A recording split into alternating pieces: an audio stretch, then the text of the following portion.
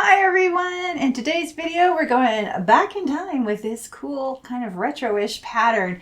It's actually a lot easier to make than you might think. So let's go ahead and get to it. I have open here a 12-inch by 12-inch canvas at 300 dpi, which translates out to 3600 pixels by 3600 pixels.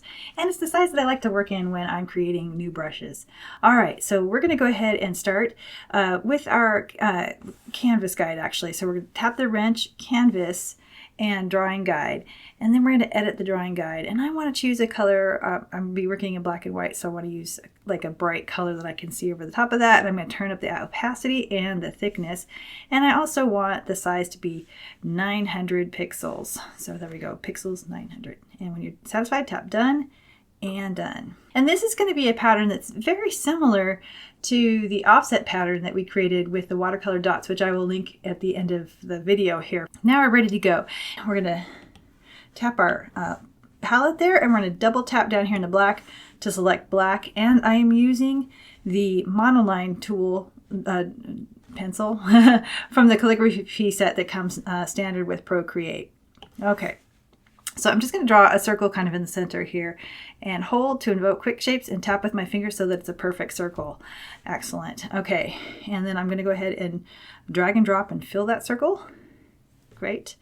And now I want to use my transform tool to actually get a specific size circle. So I'm going to select the transform tool. I've got uniform selected, and I'm going to tap a corner here, and I'm going to change the size there to 1715. There we go. All right, and then I can just use my finger to center this. I have snapping on with a distance of 3, which is the default.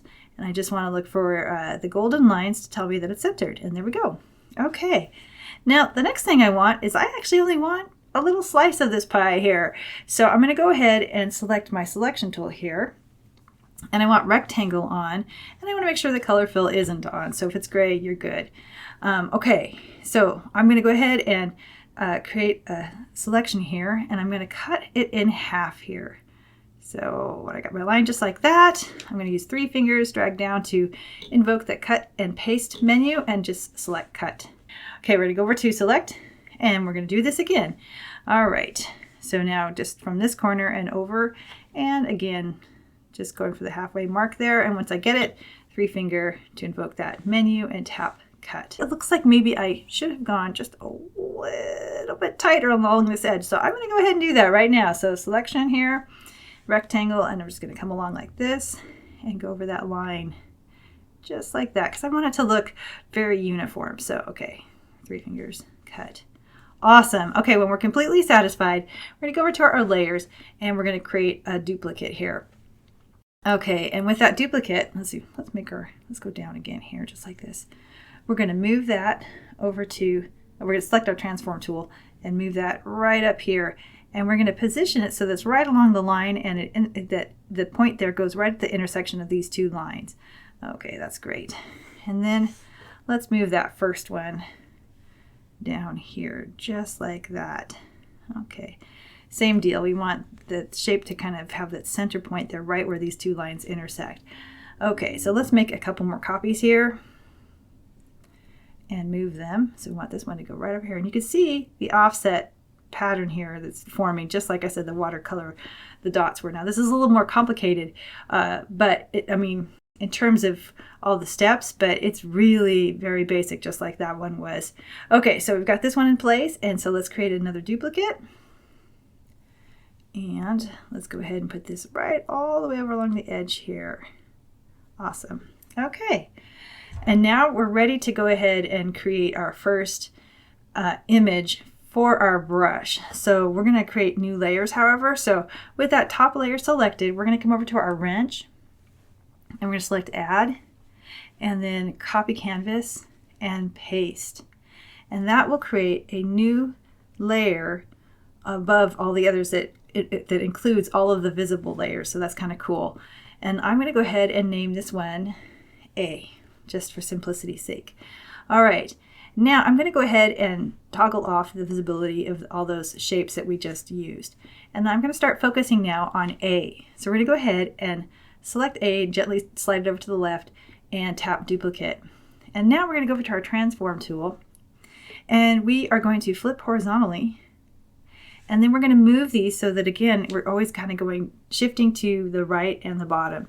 So we're going to go ahead, I'm going to put this brush or the pencil down here. We're just going to move this gently right over so that this little point goes to the intersection of these two lines, just like that. And then we're just going to go ahead and close the transform tool there. And I'm going to name this one, rename it B.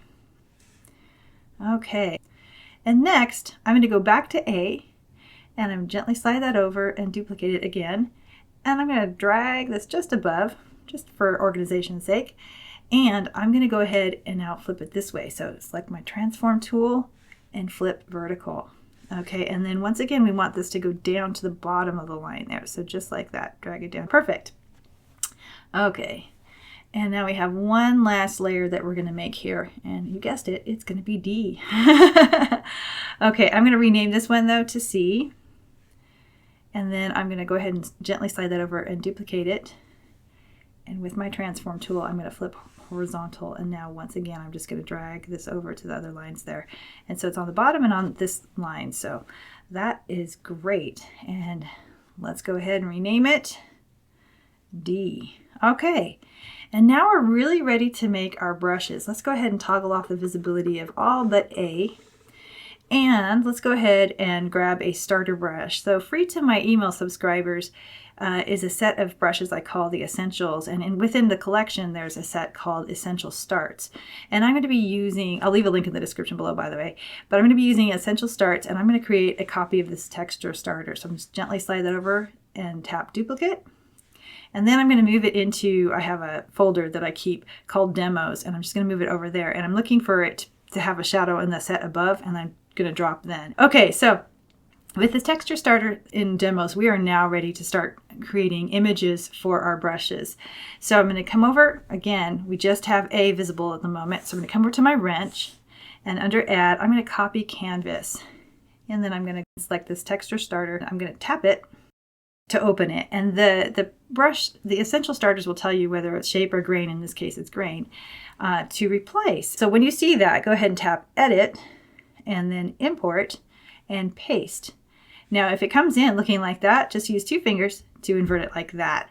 Okay, and then we're going to go ahead and tap Done, and we're going to come over to About the Brush, and we're going to just go ahead and name this, let's just call it A for simplicity's sake. Okay, and then one last thing we need to do is we want to have the brightest and best defined edges we can for this brush. So we're going to go ahead and select Light Glaze. And then we're going to tap Done. Okay, now I'm going to go ahead and create a duplicate of this. And I'm moving on to my next brush here, my next layer B. So I'm going to select that, make it visible, come over to my wrench, Add, and copy Canvas.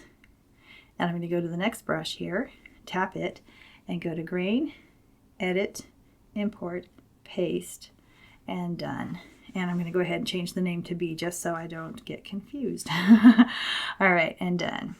Okay, once again, make a duplicate up to the next layer here, C. Okay, wrench, Add, copy Canvas. Alrighty, and then we're going to go to that brush. Let's go ahead and rename it first. We're going to change that name to C. And then we're going to go to Grain and Edit, Import, and Paste. All right, and done. And done. Awesome. Okay, one more copy for a brush there. And now we're up to our last layer D here. Let's turn on the visibility of that layer. And let's go ahead and hit the wrench, Add, and copy Canvas. Tap that brush. Change the name to C or D. Awesome. And then go to the Grain and edit that source, import, and paste. Awesome. And done. And now we are ready to test our brushes. So what I want to do now is I am going to turn off the visibility of all of these layers, and I'm going to create a new layer above that. And before I test it, I'm actually going to go over to my wrench and Canvas, and I'm going to turn off the drawing guide. Okay, and now let's choose, let's go like this. We want all these brushes to be set at 100% when we use them because we want their sizes to match. They need to match. But let's choose a color, something like, I don't know, orange, something that feels, you know, retro, just like the pattern. So let's see. That kind of an orangey, yellowy orange color looks pretty good. All right, and then once I have that color, I'm actually going to go to the classic viewer so I can just play around with the color intensity here. Okay, so let's go ahead and go with A and dial up that brush to 100%. And I'm going to just shrink this down so it's easier for my finger to get coverage, and I'm just going to go to town here. So now let's maybe make that just a little bit redder and maybe a little darker. Okay, let's go to B now. And again, we have to dial that brush size up to 100 so it's matched. And then just go ahead and put the next pattern in. Okay, now for our next brush. Let's make that even a little bit darker, but maybe more yellowish too. I'm trying to decide. Maybe go the other direction here a little bit, like that. And maybe, actually, maybe even make it brighter, like that. Okay, I kind of like that. All right. We dial it all the way up to 100% and lay down the next color. Oh, this is great. I just love this. You know, I get just as surprised as you do. Alrighty, now we're ready for our last one. I think I want it to be even more of a brighter yellow. And maybe, let's see, well, that looks pretty good. Let's go even more intense saturation there. So that looks pretty good. And I want to select D, and I want to make sure that that is all the way up to 100%. I like it. And it definitely has that 1960s, early 70s vibe going on, which I totally dig. That's fun. Oh my goodness. This is so much fun. Okay, there you have it. And to learn how to do those offset watercolor dots I talked about, go ahead and click the video here on the left. And for the, just to learn stuff about patterns in general, go ahead and click the playlist link here on the right. Thanks so much for watching, and I hope your day is amazing.